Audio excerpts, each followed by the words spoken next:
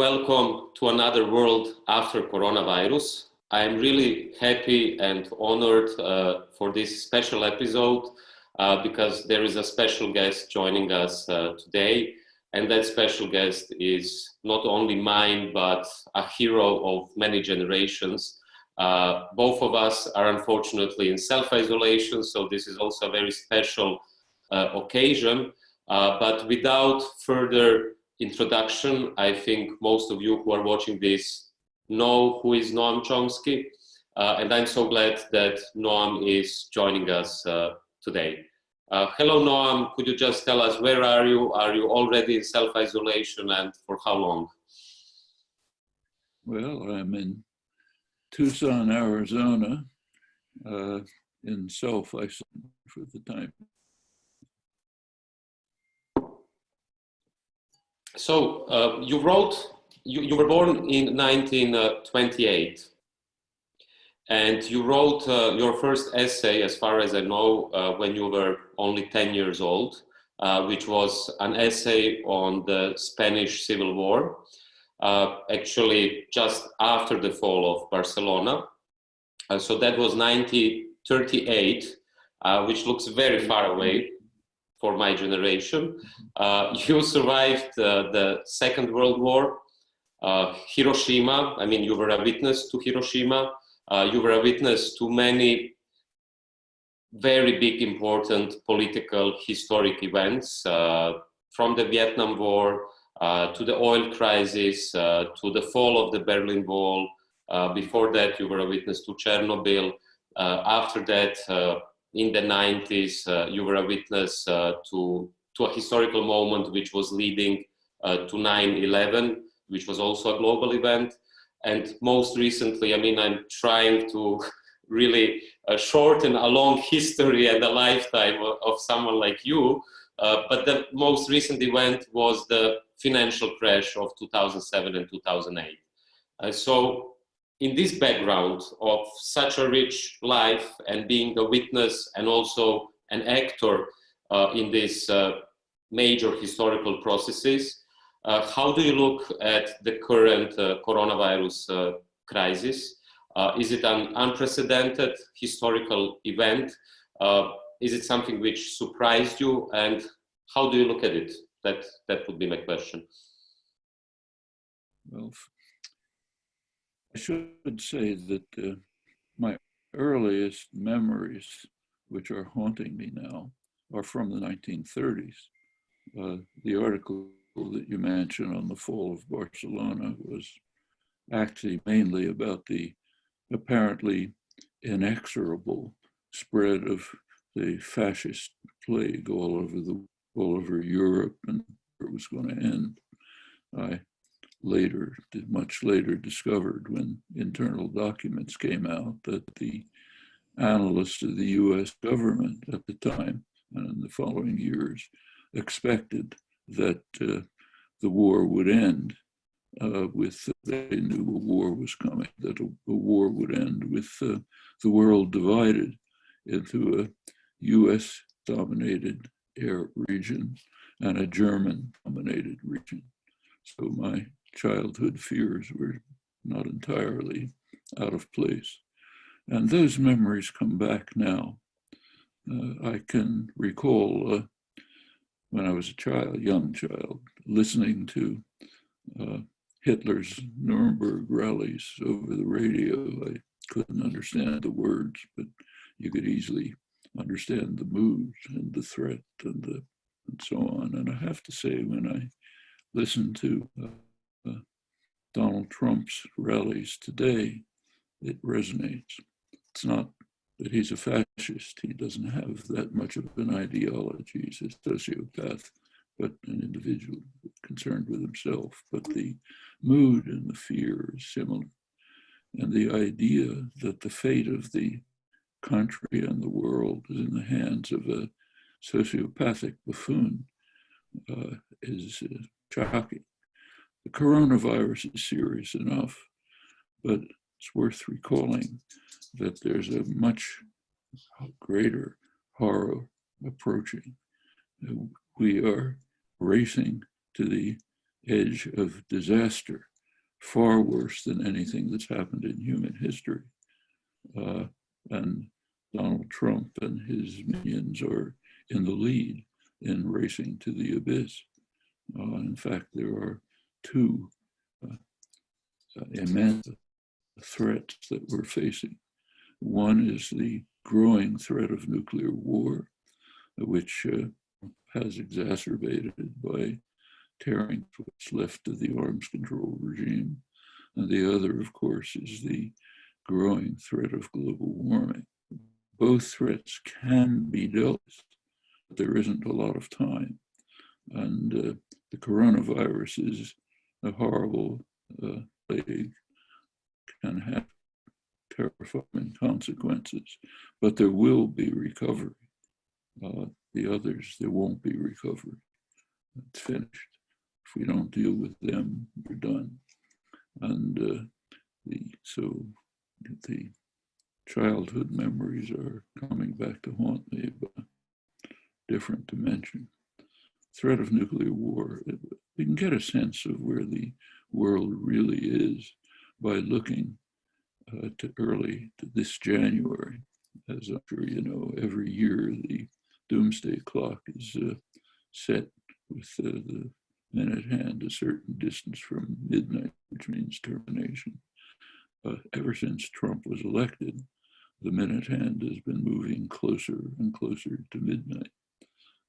Last year was 2 minutes to midnight, the highest, matching the highest it ever reached. This year, the analysts dispensed with minutes, started to move to seconds, 100 seconds to midnight. That's the closest it's ever been, citing three things: the threat of nuclear war, threat of global warming, and the deterioration of democracy, which doesn't quite belong until you think about it, but it does, because that's the one hope that we have for overcoming the crisis. An informed, involved public taking control of their fate. If that doesn't happen, we're doomed. If we're leaving our fate to sociopathic buffoons, we're finished. And that's coming close. Trump is the worst, but that's because of US power, which is overwhelming. People talk about US decline, but you just look at the world, you don't see that.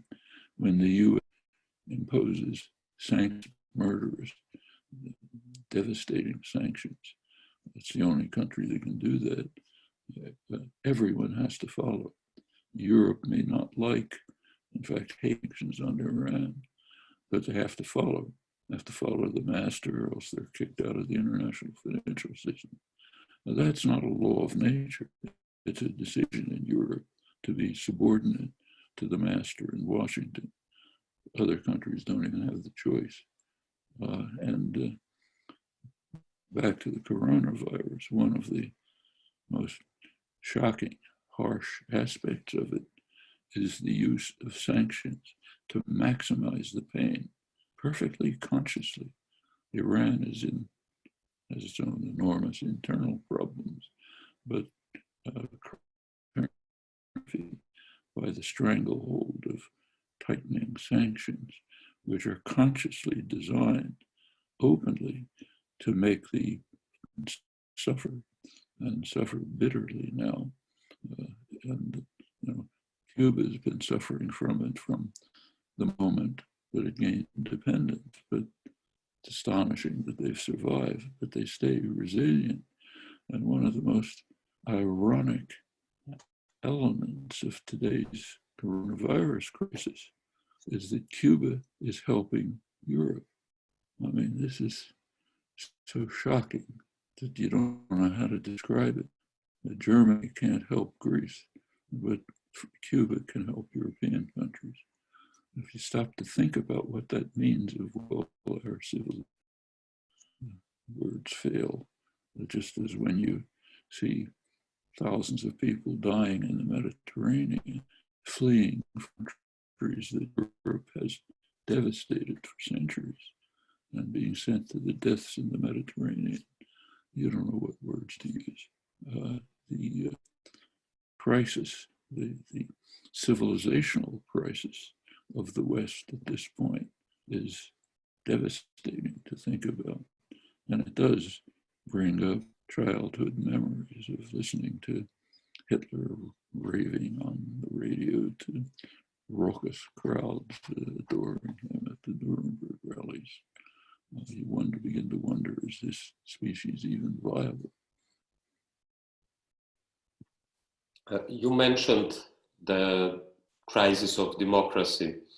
At this moment, I think we find ourselves also in a historically unprecedented situation, in the sense that almost 2 billion people, that's a figure I found today, are in one or the other way confined at home, whether it is isolation, self-isolation, or quarantine. Almost 2 billion people in the world are at home, if they're lucky enough to have a home. At the same time, what we can witness is that Europe, but also other countries, closed their borders, not only internal ones, but outer borders. There is a state of exception in all the countries we can think of, which means curfew in many countries, such as France, Serbia, Spain, Italy, and other countries, army on the streets. And what I want to ask you as a linguist is the language which is now circulating around. If you listen not just to Donald Trump, if you listen to Macron, also some other European politicians, you will constantly hear that they speak about war. And even the media speak about doctors who are on the first front line. And the virus is called an enemy, which reminded me, of course, also not to childhood memories, luckily, but a book which was written at that time, Victor Klemperer, Lingua Terzi Imperi, the book which is a book about the language of the Third Reich, and in which way, through language, the ideology was imposed. So, from your perspective, what does this discourse about war tell us, and why do they present a virus as an enemy? Is it just to legitimize the new state of exception, or is there something deeper in this discourse? In this case, I think, I don't tackle rhetoric, but I think it's not exaggerated. And it has some significance. The meaning is that if we want to deal with the crisis, we have to move to something like wartime mobilization. So if you think of, take a rich country like the United States, it has the resources to overcome the immediate economic crisis. Mobilization for the Second World War led the country into far greater debt than is contemplated today, and was very successful. Mobilization practically quadrupled U.S. manufacturing, ended the Depression, left the country with enormous debt, but a capacity to grow. Now that's a lesson we need. Probably not on that scale. It's not like the Second World War, but we need the mentality of a social to try to overcome the short-run crisis, which is severe. How severe, we don't can recall the swine flu epidemic in 2009, which originated in the U.S. It killed a couple 100,000 people in the first. Society recovered from worse, but it has to be dealt with.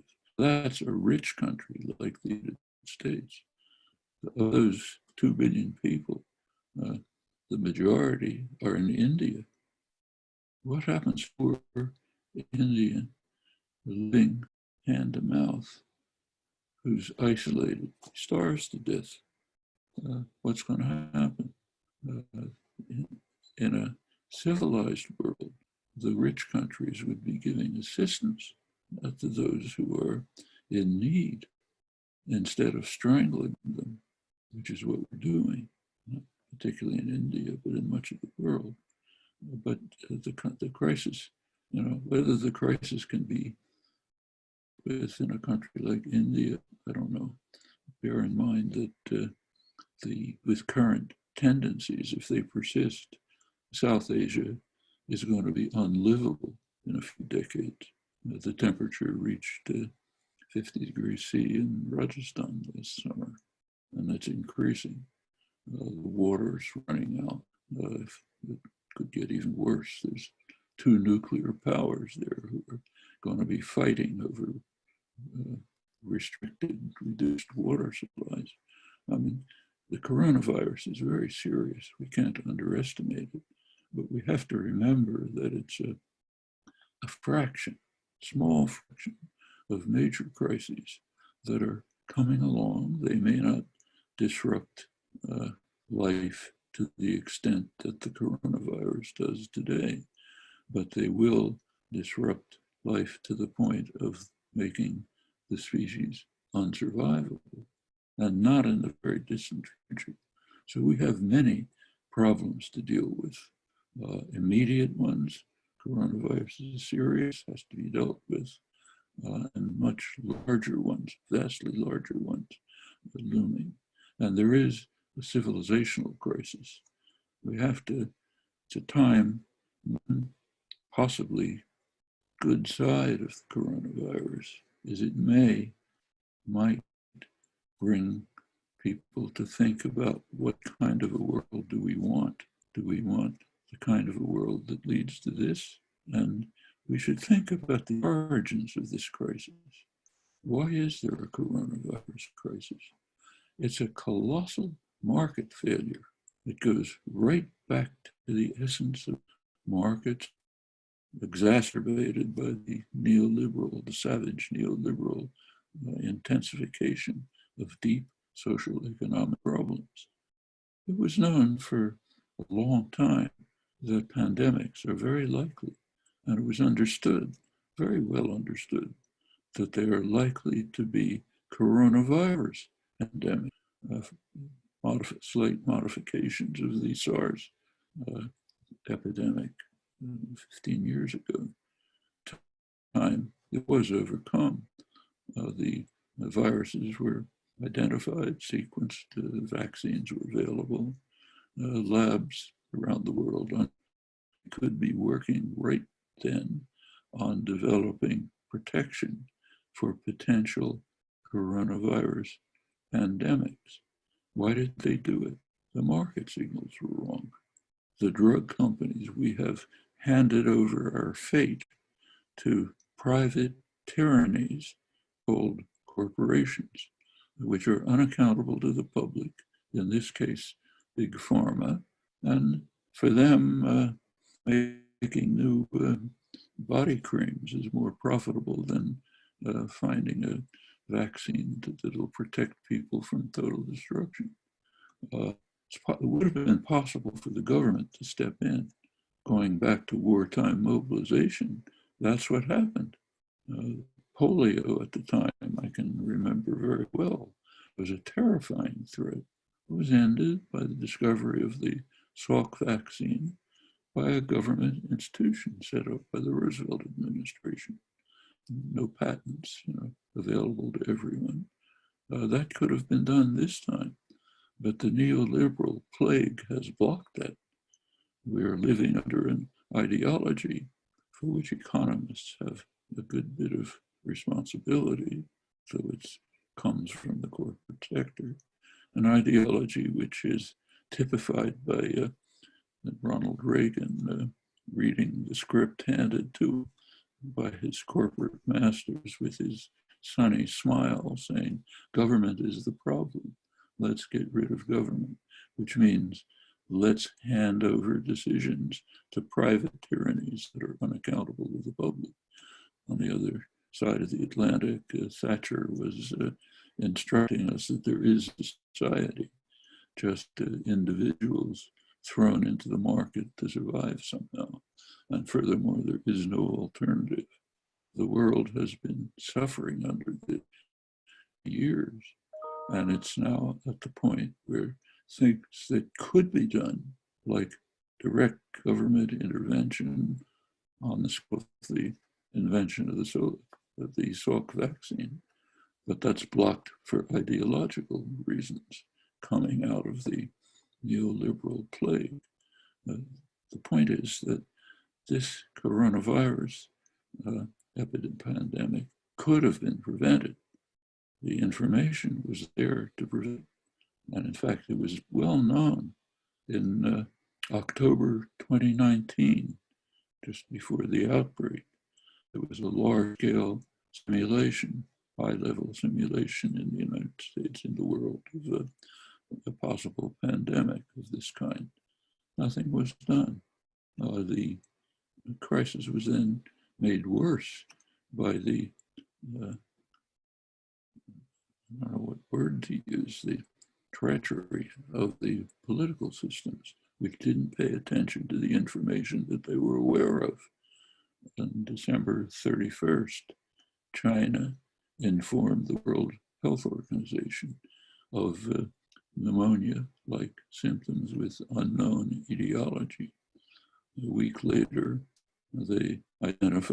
Chinese scientists identified it as a coronavirus. Furthermore, they sequenced it and information to the world. By then, virologists, others who were bothering to read World Health Organization report, knew that they were coronavirus and they knew how to deal with it. Did they do anything? Well, yes, some did. The countries in the China, South Korea, Taiwan, Singapore began to do something. And they have sort of pretty much, it seems, contained at least the first surge of the crisis. In Europe, to some extent, this happened. Germany, which hadn't moved to the just-on-time idiocy of hospital systems under neoliberalism, did have spare diagnostic capacity and was able to act in a highly selfish fashion, not helping others, but for itself at least, to have a reasonable containment. Other countries just ignored it. The worst were the United Kingdom, and the worst of all was the United States, which happens to be led by a psychopathic lunatic who says, one day there's no crisis, it's just like flu. The next day it's a terrible crisis, and I knew it all along. The next day we have to go back to business because I have to win the election. The idea that the world is in these hands is shocking. But the point is that it started with a colossal market failure, pointing to fundamental problems in the socioeconomic order, made much worse by the neoliberal plague. And it continues because of the collapse of the kinds of institutional structures that could deal with it if they were functioning. These are topics that we ought to be thinking about seriously and thinking in more depth about, as I said, what kind of world do we want to live in? Will we overcome somehow? There will be options.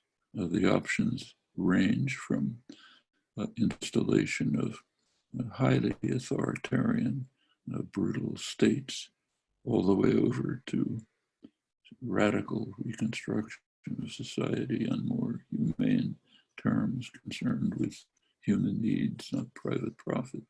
And we should bear in mind that highly authoritarian, vicious states are quite compatible with neoliberalism. In fact, the gurus of neoliberalism, von Mises, Hayek, the rest, were perfectly happy with massive state violence as long as it supported what they called sound economics. We shouldn't forget neoliberalism has its origins in 1920s Vienna, von Mises' seminar. Von Mises could barely contain his delight in the proto-fascist Austrian state and smashed the labor unions and Austrian social democracy and joined the early proto-fascist government praised it, praised fascism, in fact, because it was protecting sound economics. When Pinochet installed a murderous, brutal dictatorship in Chile, they loved it. They all flocked there, Milton Friedman, to help out with this marvelous miracle that was bringing sound economics and great profit to a foreign investment, small part of the population. So it's not outlandish to think that savage neoliberal system might be reinstalled by self-proclaimed libertarians with a powerful state violence imposing it. That's one, it's one nightmare that might come about, but it's not necessary. There is the possibility that people will organize, become engaged, as many are doing, and bring about a much better world, which will also confront the enormous problems that we're facing right down the road. The problems of nuclear war, which is closer than it's ever been, and the problems of environmental catastrophe from which there is no recovery. Once we've gotten to that stage, it's over. And that's not far in distance unless we act decisively.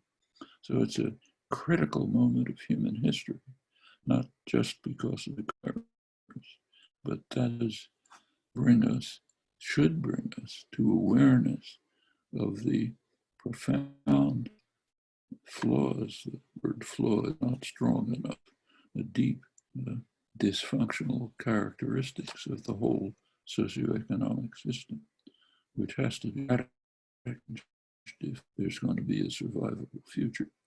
So this could be a warning sign and a lesson. We have to deal with it today in order to prevent it from exploding, but thinking of its roots and how those roots are going to lead to more crises, worse ones, unless we extirpate right away. And since we don't have much time, I'll just pose one last question. Yes. So I think many people are interested, and also us who are active in social movements and mobilizations and organized for decades using physical and social closeness between people. But now suddenly we are all getting accustomed to what is now being called social distancing. So my question is, how do you see the future of social resistance in times of social distance? And if this takes a few more months, not to mention maybe a year or two, and we are mainly in self-isolation or at home, what would be your advice to progressives around the world, activists, also intellectuals, students, workers, how to organize in this new situation? And could you perhaps tell us whether you see a hope that instead of going into a global authoritarianism, this open historic situation might go in a radical transformation of the world, which would be green, equal, just, and full of solidarity? Well, first of all, we should bear in mind that in the past few years, there has been a form of social isolation, which is very damaging. You go into a McDonald's, say, and take a look at a bunch of teenagers sitting around a table having a hamburger. What you see is two conversations going on. One, a sort of shallow discussion among them.